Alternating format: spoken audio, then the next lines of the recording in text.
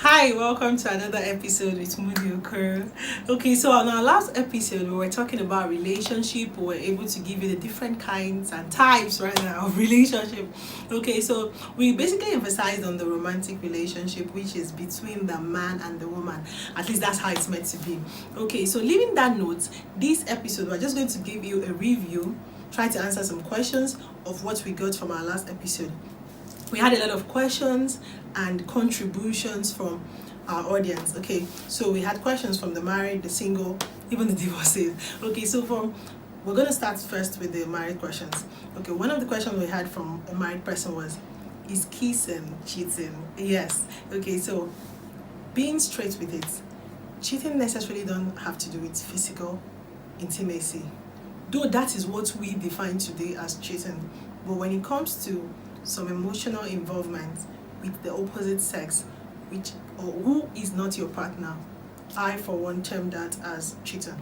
So a straight answer to that question is yes, kissing is cheating. Okay, so another question we heard is, I'm married to this person, and after a while he loses his job.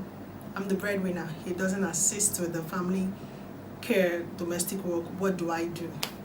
Now, you see, when it comes to marriage, I would advise, you know this person even before you got married to him. Now you're married to him. Before he loses his job, he doesn't assist.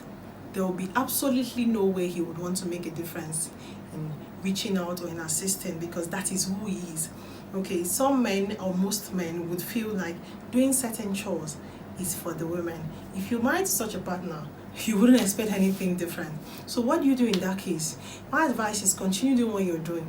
If you're the type that is spiritual, pray about it. That's the best you can do. Of course, you wouldn't want to have issues or have a broken home because of something that is as serious as that to we females, but to another guy or to girls, it will be trivial. Okay, so let's just go into the singles. I think we had the question like, so why is it that what women bring to the table as a single woman basically is just sex? I disagree with that, because it depends on who you're dealing with. You don't need to generalize it. Probably the person asking that question have been going through the wrong people, meeting a particular set of people.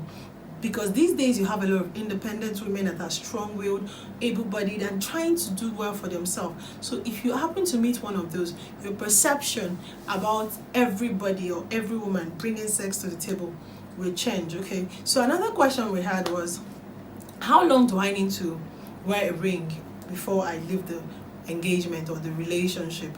Okay, so now, unless it is a condition that both of you have agreed or a decision, I don't think you should go ahead after it's a year. That's basically because wearing an engagement ring, which we all know, tells everybody that you are not interested in another partner. You are just with someone. So if you are in a relationship and you're engaged, you have to be committed, you have to wear a ring. It means that you're automatically telling everybody you don't want any other person in your life. So having to hold that for as long as you think, some people go as far as wearing it 2, 3, 4, 5 years. No, I don't subscribe to that. Okay, so another question is, how do I know if he's right? How do I know if she's right? This is the part I get a bit spiritual, but trust me, outside every other physical attraction you get, one of the major things you should watch out for is your sexual compatibility. Do you believe in the same thing? Do you have the same perception or bringing view of life? And this is where we want to be. If you happen to be with a partner that doesn't think the same way in terms of your spirituality, it's going to be like it's a red flag already. So rather than getting excited by the first question you're being asked and, oh yes, I'm going to marry you, rather than doing all that, you should be able to ask certain questions and don't get carried away by just the ceremony. Okay, so another question we got was, as an independent woman, do you think it is good to acquire more, as men feel like they are not comfortable settling with such? Now, you see, wealth and good things are from the Lord. So if to an extent you feel you've gotten to a particular level in life, it doesn't discriminate or changes the fact that you should be able to mingle with anybody, but you should be able to know certain people that come to your life for certain reason. This is where guidance come into play. This is where being a spiritual person, if that's where you want to go to. But whatever it is you believe or hold or value, you should be able to use that to guide you in making certain decisions. Like I would say, forever is a long time to make certain decision. The last one we're going to take is, someone asked, is it right to test your partner before getting married? Basically, it's the male that does this a lot, but I think I've heard one or two females say I did this and it's not my okay. So I think love has no boundaries. When you love somebody, you should look beyond the flaws.